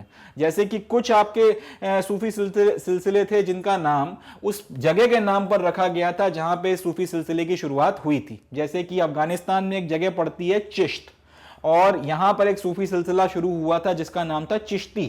तो ये जो चिश्ती सूफी सिलसिला है, ये किसी संत के नाम पर या फिर किसी ऐसे व्यक्ति के नाम पर जिसने सिलसिले की शुरुआत की हो उसके नाम पर नहीं रखा गया था। ये उस जगह के नाम पर रखा गया था जहां पर इस पर्टिकुलर सिलसिले की शुरुआत हुई थी। चिश्त के बेसिस पर यह बन गया था चिश्ती। तो अपने को यहां से याद रखना है एमसीक्यू किस तरीके से बनेगा। अगर आपसे यह बोला जाए कि सारे के सारे सूफी सिलसिले जो हैं वो उन व्यक्तियों के नाम पर रखे गए हैं जिन्होंने इन सूफी सिलसिलों की शुरुआत की थी, तो यह बात सही नहीं है। मैक्सिमम के लिए ये बात सच है, मगर कई सारे आपके सूफी सिलसिले ऐसे भी हैं जिनका नाम उस जगह के नाम पर रखा गया था जहां से इनकी शुरुआत हुई थी। इसी को घुमा के अगर बोल दिया जाए कि आपके सारे के सारे सूफी सिलसिले ऐसे हैं जिनके जितने भी सारे के सारे आपके सूफी सिलसिले जो हैं उनके नाम जो हैं उस जगह के नाम पर रखे गए थे जहां पर इनकी शुरुआत हुई थी, तो भी ये गलत हो जाएगा। याद रखना है अपने को इस चीज को। मोस्ट जो है उन सूफी सिलसिले या लीनिएजेस का नाम फाउंडिंग फिगर के नाम पर रखा गया था, बट काफी काफी सारे ऐसे भी थे जिनका नाम प्लेस ऑफ ओरिजिन के नाम पर रखा गया था। एग्जाम्पल वगैरह, कादरी सिलसिला जो है वो अब्दुल कादिर जिलानी के नाम पर रखा गया था, मगर साथ ये अब एक मास्टर हो गए जिन्होंने शुरुआत करी थी इस सिलसिले की, बट साथ ही साथ चिश्ती सिलसिला जो है उसमें ये अफगानिस्तान का जो टाउन है चिश्त, वहां से इसकी शुरुआत हुई थी और उसके नाम पर जो है इसका नाम आपने चिश्ती सिलसिला रखा है। चले आगे बढ़ते हैं। अब वक्त के साथ में कुछ आपके जो सूफीज वगैरह थे उन्होंने ये सूफी आइडियाज वगैरह का बहुत रेडिकल इंटरप्रिटेशन किया। सूफी जनरली ये बोलते थे कि अपने आप को ईश्वर की भक्ति में लीन कर दो एंड ऑल दैट, मगर कई डिपेंड करता था कि कौन अपने आप को कितना लीन कर रहा है। कोई जो है एक सर्टेन लिमिट तक जो है दिन में अपना एक वक्त दिया करता था ईश्वर की आराधना में, बाकी टाइम वो लोगों को पढ़ाता था और इस तरीके की चीजें। कोई थोड़ा कम वक्त दे रहा है, कोई थोड़ा ज्यादा वक्त दे रहा है, डिपेंडिंग अपॉन की उसका सिलसिला कितना बड़ा है। कुछ सूफी ऐसे हुए जिन्होंने ये जो सूफी आइडियाज हैं कि अपने आप को ईश्वर की भक्ति में तल्लीन कर दीजिए, इसका बहुत रेडिकल इंटरप्रिटेशन किया, बहुत ज्यादा रेडिकल इंटरप्रिटेशन किया, और उन्होंने खानख्वाह वगैरह छोड़ दिए। उन्होंने ये बोला कि हमें खानख्वाह वगैरह में नहीं रहना या फिर हमें अपना खानख्वाह नहीं बनाना, और मेंडिकेंसी शुरू कर दी। मेंडिकेंसी का मतलब है कि वो एक से दूसरी जगह जो है वो फिरने लगे, एक से दूसरी जगह मूव करने लगे, और इनको दरवेश बोला जाने लगा। या फिर ये जो मेंडिकेंसी होती है इसका मतलब होता है दरवेशियत, कि आप एक जगह नहीं टिकते, एक से दूसरी जगह मूव करते रहते हैं। तो इस तरीके के जो सूफी संत हुए जो एक जगह बैठकर अपना खानख्वाह नहीं चला रहे, जो एक से दूसरी जगह मूव करते जाते हैं, दरवेश बन गए हैं या फिर एक से दूसरी जगह भटक रहे हैं, और जो सेलिबेसी ऑब्जर्व करते हैं, जो ब्रह्मचर्य का पालन करते हैं, जिनका अपना कोई परिवार नहीं है, शादियां नहीं करते, इस तरीके के सूफी संत। पहला क्या कि एक से दूसरी जगह फिर रहे हैं, दरवेश बन गए हैं। दूसरा क्या कि सेलिबेसी वगैरह जो है उसका पालन कर रहे हैं, ब्रह्मचर्य का पालन कर रहे हैं, खानख्वाह वगैरह जो है वो स्टैब्लिश नहीं कर रहे, अपना एक से दूसरी जगह लोगों को जा जाके प्रवचन वगैरह दे रहे हैं। इस तरीके के सूफी संत भी आपको जो है देखने के लिए मिलते हैं। इन्होंने रिचुअल्स वगैरह को इग्नोर करना शुरू कर दिया। जो सूफीज अभी तक अपने खुद के रिचुअल्स बना चुके थे कि आपने ये करना है, ये नहीं करना, इस तरीके की चीजें, इन्होंने बोला कि हमें कुछ नहीं मानना, और एक्सट्रीम फॉर्म ऑफ एसिडिज्म फॉलो किया, यानी कि दुनिया से एकदम ही कट गए, अब एकदम अलग हो गए और अपने आप को पूरी तरीके से जो है लीन कर दिया। तो इस तरीके के जो सूफी संत हुए इनको काफी सारे नाम दिए गए थे। जो नॉर्मल आपका सूफी संत है जो अपना खुद का एक खानख्वाह बना रहा है और वहां पे फिर वो लोगों को पढ़ाता है, अपनी आराधना करता है और जो बाकी सारे काम वगैरह कर रहा है, लोगों से मिल रहा है और सारी चीजें हो रही हैं, वक्त के साथ में वो अपना एक खलीफा अपॉइंट कर देता है। मृत्यु हो जाने पर फिर उसका जो है एक आपका पूरा का पूरा एक उसकी टॉम्ब बना देते हैं, वहां पे आपकी जियारत होने लगती है। एक तो वो सारा काम चल रहा है। दूसरे वो सूफी हो गए जिन्होंने ये बोला कि हमें अपना खानख्वाह बनाना ही नहीं, हमें एक जगह नहीं बैठना, हम एक से दूसरी जगह मूव करेंगे, हम कलंदरों की जिंदगी जिएंगे या फिर हम लोग दरवेश बन जाएंगे। एंड इसके अलावा फिर यह है कि हम पूरी तरीके से अपने आप को ईश्वर की भक्ति में तल्लीन कर देंगे, हम एकदम सब कुछ छोड़ देंगे, सब कुछ रिनाउंस कर देंगे। इस तरीके के जो सूफी वगैरह हुए इनको काफी सारे नाम दिए गए थे। एक नाम है कलंदर, दूसरा नाम है मदारी, तीसरा नाम है मलंग, चौथा नाम है हैदरी, और इसी तरीके के और भी नाम है, मगर ये कुछ कॉमन नाम है, कलंदर, मदारी, मलंग या हैदरी। जब ये नाम आ जाते हैं जिसका मतलब हो जाता है वो सूफी संत जिन्होंने अपना खुद का खानख्वाह नहीं बनाया और पूरी तरीके एक से दूसरी जगह दरवेश की तरह घूमे और पूरी तरह से अपने आप को ईश्वर की भक्ति में लगा दिया। इस तरीके के आपके सूफी संतों के लिए नाम इस्तेमाल किया जाता है। अब क्योंकि इनमें से काफी सारे सूफी संत जो थे या फिर ये जो सारे के सारे सूफी संत थे ये शरीयत को नहीं मानते थे, इन्होंने शरीयत को डिफाई कर दिया था। इन्होंने बोला था कि हम लोग शरीयत के नियम कायदों को बिल्कुल नहीं मानेंगे, हम अपने हिसाब से जिएंगे। तो इन सूफी संतों को जिनके लिए नाम इस्तेमाल हो रहा है कलंदर, मादारी, मलंग, हैदरी, इनके लिए जो शब्द इस्तेमाल होता था वो होता था बेशरियत।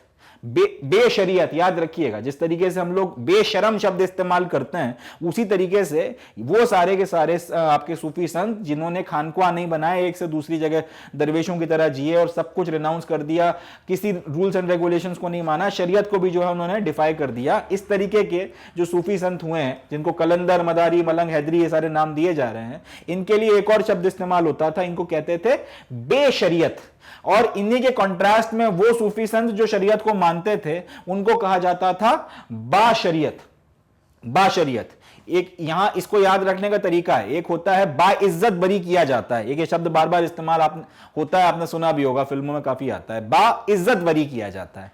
और एक होता है बेइज्जत करना। बाइज्जत और बेइज्जत तो बाइज्जत का मतलब क्या है, विथ रिस्पेक्ट, और बेइज्जत का मतलब क्या है, आपने रिस्पेक्ट नहीं करी। तो उसी बेसिस पर आप याद रख सकते हैं कि वो सूफी संत जो शरीयत को फॉलो किया करते थे, जो अपने खुद के खानख्वाह बनाते थे और सारी चीजें, उनके लिए जो टर्म इस्तेमाल होता था कई बार, वो कहलाते थे बाशरियत। और वो सारे सूफी संत जो जिन्होंने अपने खुद के सिलसिले नहीं स्टैब्लिश किए, जो एक से दूसरी जगह फिरते रहे, एकदम फकीरों की ऐसी जिंदगी काटी है, दो दो रोटियों पे जो पले हैं, वो सब के सब कहलाते थे बेशरियत। क्यों? क्योंकि वो शरीयत को नहीं मानते थे, डिफाई करते थे। ये अपने को याद रखना है। नेक्स्ट जो हमारा टॉपिक आता है वो है चिश्तीज इन दी सब कॉन्टिनेंट, कि ये जो आपके चिश्ती सूफी संत थे, ये अब इंडियन सब कॉन्टिनेंट में एंटर करते हैं। ये लोग हमारे भारतीय उपमहाद्वीप में आते हैं। तो कुछ आपके जो सूफी संत थे या जो कुछ सूफी सिलसिले के लोग थे, इन्होंने इंडिया में माइग्रेट करना शुरू किया था 12th सेंचुरी जो है, कॉमन एरा, उसके सेकेंड हाफ में, जो लेट 12th सेंचुरी है, उसके साथ में ये लोग आए। काफ़ी सारे सूफीज जो हैं वो इन्वेडर्स के साथ में आए थे, और काफ़ी सारे सूफी जो हैं, जब इन्वेडर्स ने यहाँ पर आकर अपनी हुकूमतें स्टैब्लिश कर ली, तो उसके बाद में काफ़ी सारे सूफी जो हैं उसके बाद भी आए। मगर लेट 12th सेंचुरी से जो है सूफी संतों ने इंडिया में माइग्रेट करना शुरू कर दिया था। इन सारे सूफी संतों में अगर आप देखेंगे तो जो चिश्ती थे वो सबसे ज़्यादा इन्फ्लुएंशियल साबित हुए। उनकी यहाँ पर काफ़ी ज़्यादा फैन फॉलोइंग बनी, काफ़ी ज़्यादा जो है यहाँ पे इनके फॉलोअर्स वगैरह इकट्ठे हुए। अब सवाल ये उठता है कि बाकी सारे जो आपके सूफी संत आए थे, उनके कंपैरिजन में जो चिश्ती सूफी संत हैं वो यहाँ पर इतने ज्यादा फेमस क्यों हो गए, यहाँ पर उनकी इतनी फॉलोइंग क्यों डेवलप हुई, या फिर वो इतने ज्यादा सक्सेसफुल यहाँ पर क्यों रहे अपने सिलसिले को फैला पाने में? उसकी वजह यह है कि उन्होंने लोकल एनवायरनमेंट को अडॉप्ट किया, और इंडियन डिवोशनल ट्रेडिशंस वगैरह के काफी सारे जो आपके फीचर्स हैं उनको भी जो है शामिल किया अपनी प्रैक्टिसेस में। और उसके कारण यहाँ के जो लोकल लोग थे उनको उनके साथ में इंटीग्रेट होने में काफी ज्यादा कंफर्ट महसूस हुआ, काफी ज्यादा आसानी हुई, और उसी का नतीजा निकला कि आपके जो चिश्तीज हैं उनके फॉलोअर्स वगैरह काफ़ी ज़्यादा मात्रा में बढ़ते चले गए। तो चिश्तीज वगैरह आते हैं, अपने खुद के खानख्वाह यहाँ पे एस्टैब्लिश करते हैं, और या फिर अपनी खुद की हॉस्पाइस जो है वो या धर्मशाला जो है एस्टैब्लिश करते हैं, और उसके बाद अपना जो सिलसिला है उसको यहाँ पर आगे बढ़ाते हैं। उसके बारे में अब हम लोग थोड़ी बातचीत करेंगे। तो इंडिया में जो चिश्तीज थे, उनके जो खानख्वाह थे, वो सिर्फ आपका स्पिरिचुअल प्रोसेस का ही एक पार्ट नहीं हुआ करते थे, वो बाकायदा सोशल लाइफ का एक हिस्सा बन गए थे, सोशल लाइफ का एक सेंटर बन गए थे।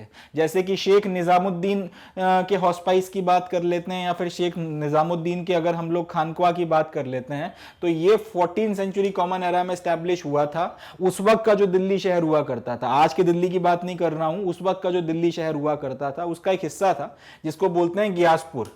ये उस वक्त की जो दिल्ली हुआ करती थी उसके आउटस्कर्ट्स पे बसा हुआ था, यमुना नदी के किनारे। अब ये वहां पर अपना हॉस्पाइस या फिर अपना खानख्वाह या अपनी धर्मशाला खोलते हैं शेख निजामुद्दीन। अब ये जो पूरी की पूरी आपकी धर्मशाला है या फिर ये जो हॉस्पाइस या खानख्वाह है, इसमें काफी सारे रूम्स वगैरह थे, कई सारे आपके बड़े रूम थे, कई सारे आपके स्मॉल रूम थे, और एक बड़ा सा हॉल था जिसको जमात खाना कहा जाता था, जहां पर सारे के सारे आपके जो लोग थे, चाहे यहाँ पे रहने वाले इनमेट्स हों, चाहे बाहर से आने वाले लोग हों, सब लोग एक साथ इकट्ठे होकर अपनी प्रेयर्स वगैरह किया करते थे। अब इनमेट्स वगैरह जो थे, यानी कि जो इस दरगाह पे रहा करते थे, या फिर यहां पर ये जो आपका खानख्वाह था, इसमें जो रहते थे उसमें शेख थे, शेख की अपनी फैमिली थी, और इनके साथ के जो इनके मुरीद या फिर इनके डिसाइपल्स या स्टूडेंट्स थे वो लोग शामिल होते थे। आपका ये जो पूरा का पूरा आपका हाउसपाइस है, यानी कि यहां पर आपने ये अपना खानख्वाह बना के रखा हुआ है, ये इसके आसपास जो है ओपन स्पेस है जिसमें सारी एक्टिविटीज वगैरह चल रही हैं। इस सारी ओपन स्पेस के चारों तरफ आपने फिर एक बाउंड्री वॉल बना के रखा था, और इसके अंदर फिर आप आके अपना आ गए हो, तो उसका मतलब आप शेख की खानख्वाह में आ गए। और अब उसके बाद में फिर यहां पर एक सर्टेन तरीके का कंडक्ट था, उसके अनुसार फिर आपसे उम्मीद की जाती थी कि आप बिहेव करेंगे और एक सर्टेन तरीके की रिचुअल्स वगैरह को फॉलो करेंगे। चलें आगे बात करते हैं। ये देखिए, तो हजरत निजामुद्दीन की जो दरगाह है आज की तारीख में दिल्ली में, ये इनका खानख्वाह हुआ करता था। फिर बाद में इनकी मृत्यु हुई तो उसके बाद में इनको वहीं पे इनका टॉम बनाया गया, फिर इनकी जियारत शुरू हो गई और काफ़ी फेमस सेंटर बन गया। इस तरीके से हजरत निजामुद्दीन एक काफ़ी फेमस सेंटर के तौर पर निकल कर आ गया। तो ये दिल्ली में आज जो गियासपुर वगैरह में जहाँ पे इन्होंने अपना पूरा स्टैब्लिश किया था, वहीं पर आज की तारीख में आपको देखने के लिए मिलता है। चलें जी आगे बढ़ते हैं। तो इस तरीके के जो आपका जो ये जो आपका पूरा का पूरा खानका बनकर तैयार हुआ था, यहां पर एक ओपन किचन भी जो है वो भी चला करता था, जिसको लंगर बोला जाता है। यानी कि यहां पर कोई भी आके अपना खाना खा सकता है। ओपन किचन का मतलब है कोई भी आके वहां पे बैठकर अपना खाना खा सकता है। और ये जो ओपन किचन है ये चलता था फुतूह के ऊपर। फुतूह का मतलब होता है आपको इस खाने के पैसे देने की जरूरत नहीं है, या फिर आप चैरिटी में चला रहे हो, जिसकी इच्छा है आप आके बैठ सकते हैं, आप अपने मील्स वगैरह ले सकते हैं, अलग से पैसे वगैरह देने की जरूरत नहीं है। तो हजरत निजामुद्दीन में आज तक जो है ये लंगर वगैरह चलता है, ये ओपन किचन वगैरह है जो चलता है। और समाज के हर तबके के लोग जो हैं वो यहां पर आया करते थे, चाहे वो आपके सिपाही हों, चाहे वो गुलाम हों, चाहे वो आपके गवैये हों, गाने वाले लोग, या फिर आपके मर्चेंट्स वगैरह, सब लोग जो हैं यहां पर आया करते थे। और भी जो अलग अलग तबके के लोग हैं सबके सब यहां पर आया करते थे, और सबके सब यहां पर खाना वगैरह खाते थे, शेख को सुनते थे और काफी सारी चीजें। अब कुछ इंपॉर्टेंट लोग जो यहां पर लगातार विजिट करते थे, उनमें एक थे कोर्ट हिस्टोरियन, जिनका नाम था जियाउद्दीन बरानी। ठीक है, एक कोर्ट हिस्टोरियन थे जियाउद्दीन बरानी, ये यहां पर आया करते थे। इसी तरीके से आपके कुछ फेमस पोएट्स थे जिनका नाम था अमीर हसन सिजगी या फिर अमीर खुसरो। अमीर खुसरो का नाम तो आज भी काफी फेमस है। ये लोग भी जो है यहां पर आया करते थे, शेख से मिलते थे, बैठते थे, इंटरेक्शंस वगैरह होते थे। और इन सब लोगों ने जो है शेख के बारे में कुछ ना कुछ जिक्र आपको किया है, और इनका जो है इस तरीके से डिस्क्रिप्शन आपको देखने के लिए मिलता है। तो यहां से अपने को यह पता चलता है कि शेख निजामुद्दीन का जो हॉस्पाइस था, या जो शेख निजामुद्दीन का आपका खानकुआ था, किस तरीके से होते होते होते होते वो हजरत निजामुद्दीन हो गया, और कितना फेमस था, कितने लोग वगैरह यहां पर आया करते थे।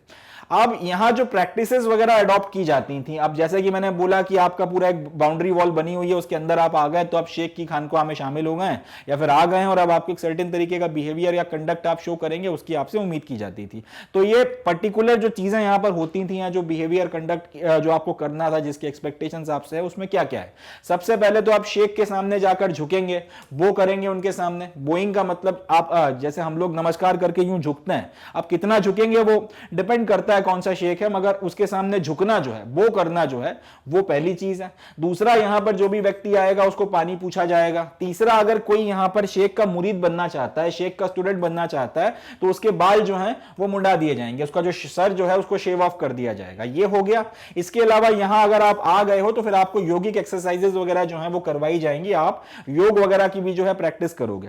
तो ये सारी चीजें जो हो रही हैं, जो सारे आपको चीजें देखने को मिलती हैं, इससे आपको एक इंडिकेशन मिलता है कि शेख ने कोशिश ये की थी, निजामुद्दीन ने, कि भाई अपने जो प्रैक्टिसेस हैं उनको इंडियन ट्रेडिशंस के साथ में, या जो लोकल ट्रेडिशंस हैं उनके साथ में एसिमिलेट करवाया जाए, उनको उनके साथ में मिलाया जाए। क्योंकि जैसे हम लोग किसी मंदिर जाते हैं तो एक प्रैक्टिस है कि हम लोग ईश्वर के सामने झुकते हैं, हाथ झुका नमस्कार करते हैं, ऑल दैट। तो उसी तरह से बोइंग बिफोर द शेख जो है उसी बात को बता रहा है।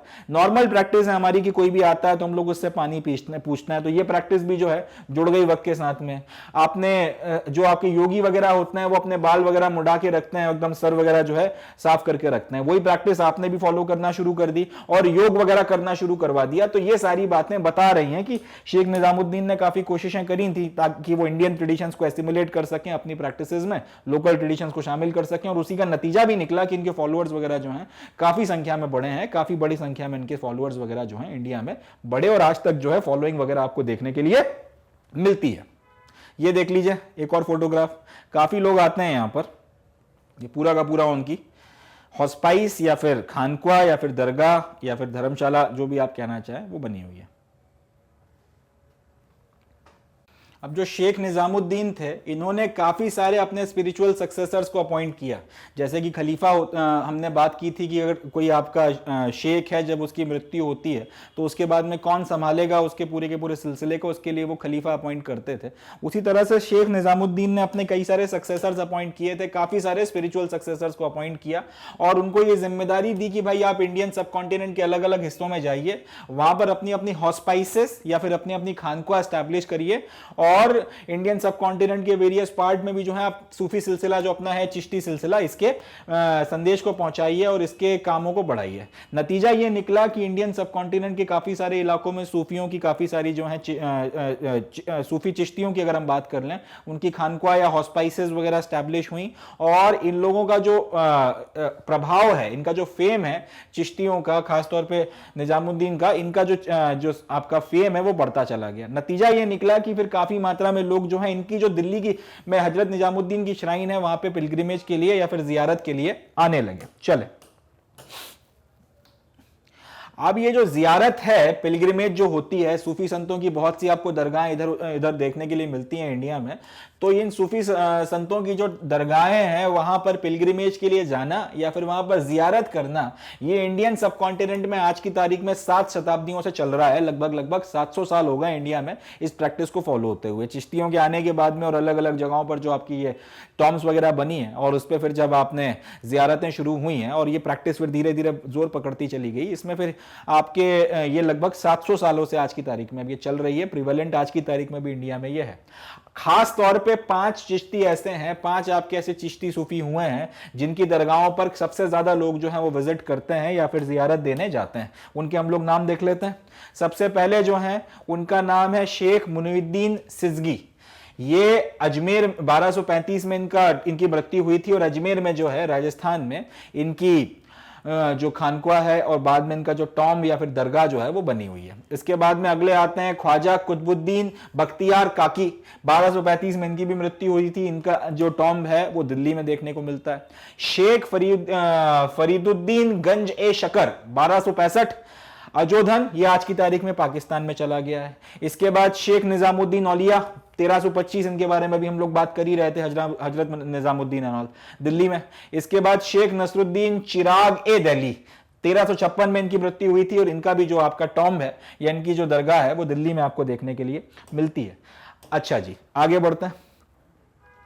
अब इन सारे के सारे सूफियों में ये 5 तो खैर वो हैं जो फेमस हैं और इनके सबसे ज्यादा जियारत आपको देखने के लिए मिलती है, मगर इन 5 में भी अगर सबसे इन्फ्लुएंशियल की बात की जाए या फिर वो श्राइन जिस पर सबसे ज्यादा जियारत होती है वो है ख्वाजा मुनीउद्दीन की, जिनको पॉपुलरली गरीब नवाज के नाम से जाना जाता है। फिर से लौट कर आते हैं।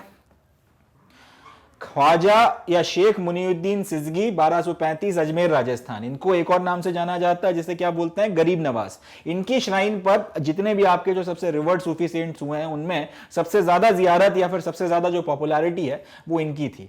इनकी जो दरगाह है उसका जो सबसे शुरुआती रेफरेंस आपको देखने को मिलता है, आप अगर टेक्स्ट वगैरह की बात करेंगे उसमें इनकी दरगाह का सबसे पहला जिक्र आपको 14वीं शताब्दी कॉमन एरा के आसपास देखने के लिए मिलता है। मोहम्मद बिन तुगलक जो था वो पहला सुल्तान था जो इनकी दरगाह पर गया था। इसने 1324 से 51 तक के बीच में रूल किया था, मगर ये पहला सुल्तान था जो इनकी जो दरगाह है गरीब नवाज की दरगाह पर गया था। मगर ये तो खैर अपना एक बार विजिट वगैरह कर आ गया। सबसे पहला जो गया था वो बंदा आपका मोहम्मद बिन तुगलक हो गया। मगर शुरुआती फंडिंग की जिक्र आपको जो देखने को मिलता है जिसकी मदद से फिर ये पूरा का पूरा जो दरगाह है एक बहुत बड़ा श्राइन बन गया। और आज की तारीख में अगर आप जाओगे अजमेर में तो अजमेर की दरगाह काफी फेमस है, काफी बड़ी है, काफी अपने आप में जो है वेल डेवलप्ड है और बहुत सी एक्टिविटीज वहां पर चल रही हैं। अब ये सारा काम जो है एक दिन में नहीं हुआ। पहले एक दरगाह बनी, दरगाह के बाद फिर उसके चारों तरफ कुछ एक्टिविटीज हुई और उसके बाद वो बढ़ते बढ़ते लंबा चौड़ा जो है स्ट्रक्चर बनकर आपका तैयार हो गया।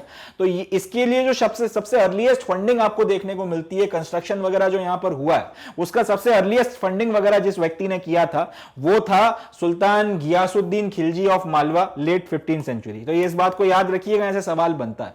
सबसे ज्यादा जो फेमस सूफी संत हैं यहां पर जिनकी दरगाह पे सबसे ज्यादा जियारत की जाती है उनका नाम क्या है, गरीब नवाज या फिर आपके ख्वाजा मुनीउद्दीन। अजमेर में इनकी जो है वो आपको देखने के लिए इनकी दरगाह मिलती है। सबसे शुरुआती रेफरेंस इनका कब आता है, 14th सेंचुरी के कॉमन एरा के आसपास इनकी दरगाह का रेफरेंस आपको देखने को मिलता है। पहला सुल्तान जो यहां पर विजिट करने गया उसका नाम क्या है, मोहम्मद बिन तुगलक।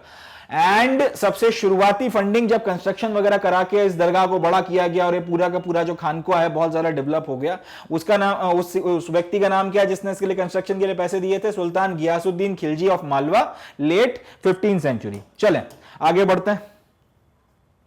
अब 16th सेंचुरी कॉमन एरा आते आते जो गरीब नवाज की दरगाह है ये एक बहुत पॉपुलर श्राइन बन गई थी। यहां पे काफी लोग जो है जाने लगे थे। खास तौर पे अकबर का जिक्र करना जरूरी है। अकबर यहां पे 14 बार गया था। कई बार वो साल में 2 से 3 बार भी जो है यहां पर जाया करता था और उसने ये ट्रेडिशन 1580 तक जो है कंटिन्यू रखा था। तो काफी सारे लोग जाया करते थे, मुगल बादशाह भी उनमें से एक था। और क्योंकि मुगल बादशाह वहां पर जाया करता था तो उसके जाने के कारण भी जो है लोग काफी मात्रा में जाते थे और काफी ज्यादा जो है इस जगह की पॉपुलैरिटी वगैरह बढ़ती चली गई। अकबर यहां पर 14 बार गए हैं। अकबर ने यहां पर जो है 14 बार आपके दौरे किए हैं, साल में कई बार 2-3 बार भी वो जाया करते थे। 1580 तक उन्होंने इस ट्रेडिशन को जो है कंटिन्यू रखा था। जियारत वगैरह अब जब हुआ करती थी, यहां पर व्यक्ति आए हैं अपनी जियारत वगैरह करने, तो सिर्फ ऐसा नहीं है कि वो माथा टेकेंगे और चले जाएंगे, कुछ वक्त रुकते भी थे, काफी सारी एक्टिविटीज वगैरह भी यहां पे हुआ करती थी। उन सारी एक्टिविटीज में जियारत में म्यूजिक और डांस वगैरह जो है वो खास तौर पर शामिल था। इसके अलावा यहां पर मिस्टिकल चैंट्स वगैरह किए जाते थे। जिस तरीके से हम लोग मंत्रों का उच्चारण करते हैं, उसी तरीके से सूफियों ने भी अपने को चैंट्स वगैरह बना रखे थे, गाने वगैरह बना रखे थे, उनका काफी यहाँ पे उच्चारण किया जाता था। ट्रेन इसके लिए म्यूजिशियंस रखे गए थे जिनको कव्वाल्स बोला जाता था। ये लोग यहाँ पर बाकायदा म्यूजिक, डांस और सारा आपका मिस्टिकल चैंटिंग वगैरह करवाया करते थे। और कव्वालों के इन सारी चीजों के कारण एक बाकायदा डिवाइन एक्सटेसी जो है जनरेट होती थी। एक बहुत आप कह सकते हैं बढ़िया एक माहौल जो है बन जाया करता था। सूफी जनरली ईश्वर को याद कैसे करते हैं? सूफी जो हैं जनरली ईश्वर को याद करते हैं उसका नाम लेके। उसके कई सारे जो नाम है सूफियों ने बता रखे हैं कि होते हैं, और उनका वो नाम बार बार कंटिन्यूअस रिसाइटेशन करके उनको याद करने की कोशिश करते हैं। इसको बोला जाता है जिक्र। अब जब ये जिक्र किया जाता है, या तो इसके तहत सूफी जो है अपने ईश्वर को याद करने की कोशिश करते हैं, या फिर वो एक और प्रैक्टिस करते हैं जिसको बोला जाता है समा। समा में वो मिस्टिकल म्यूजिक परफॉर्म करना शुरू करते हैं और उसकी मदद से ईश्वर के करीब महसूस करने की कोशिश करते हैं। ये जो समा है जिसमें वो म्यूजिक वगैरह का इस्तेमाल करते हैं, ना सिर्फ वो मंत्रों का मंत्र तो कहना गलत होगा, मगर सूफियों ने जो भी अपनी चैंटिंग बनाई थी उन चैंटिंग्स वगैरह का उच्चारण करते हैं, मगर वो एक खास तरीके के म्यूजिक के साथ में इनका उच्चारण एक खास तरीके की लय और ताल के साथ में करते हैं। उससे आपका दिमाग जो एक ट्रांस की स्टेट में चला जाता है और आप अपने आप को ईश्वर के ज्यादा करीब महसूस करते हैं। इसको बोला जाता है ईश्वर की प्रेजेंस को इवोक करना। अब ये पूरी की पूरी प्रैक्टिस कहलाती है समा। समा जो है वो जनरली चिश्तियों की दरगाहों पर आपको देखने को मिलता है, चाहे गरीब नवाज हो, चाहे हजरत निजामुद्दीन हो, चाहे कोई और जगह हो, जितनी भी आपकी चिश्तियों की दरगाहें हैं वहां पर आपको समा का जो माहौल है वो देखने के लिए मिलता है। ये चीज जो है लगातार इसकी प्रैक्टिस कई जगहों पर आपको इंटीग्रली समझ में आती है होती हुई। तो समा जो है एक इंटीग्रल प्रैक्टिस है, और ये चिश्तियों की दरगाहों पर ही आपको देखने को मिलता है। हर सूफी संत की दरगाह पे मिले ये भी जरूरी नहीं है, मगर चिश्तियों की दरगाहों में जिक्र तो लगभग हर सूफी संत करता है, मगर समा जो है वो आपको इंटीग्रली चिश्तियों के पास ही देखने के लिए मिलता है। चिश्तियों की जो दरगाह है वहीं पर आपको समझ में आता है। So with this we come to the end of the session. आज के सेशन में हम लोगों ने सूफीज़ किस तरीके से इंडिया में आए और किस तरीके से फिर वो यहाँ पर उन्होंने अपने आप को इस्टेब्लिश किया, उसके बारे में हम लोगों ने बातचीत करी है और उनके कुछ एस्पेक्ट्स के बारे में हम लोगों ने जाना है। नेक्स्ट लेक्चर में भी हम लोग अपने इस डिस्कशन को कंटिन्यू करेंगे। हम लोग सूफी पोइट्रीज़ के कुछ और एस्पेक्ट्स के बारे में बातचीत करेंगे, एंड उसके बाद में जो इस वक्त दूसरे आपके ट्रेडिशंस वगैरह डेवलप हो रहे थे और उसमें जो प्रोमिनेंट लीडर्स वगैरह निकल कर आए उनके बारे में बातचीत करेंगे। हम गुरु नानक के बारे में देखेंगे, हम जो कबीर थे उनके बारे में बातचीत करेंगे, मीराबाई के बारे में बातचीत करेंगे, और भी जो फर्दर रिलीजियस ट्रेडिशंस वगैरह थे उन सबको हम लोग नेक्स्ट लेक्चर में डिस्कस करेंगे। तो by that moment of time I would take leave of you all. ध्यान रखें, पॉजिटिव रहें, पढ़ते रहें। Thank you.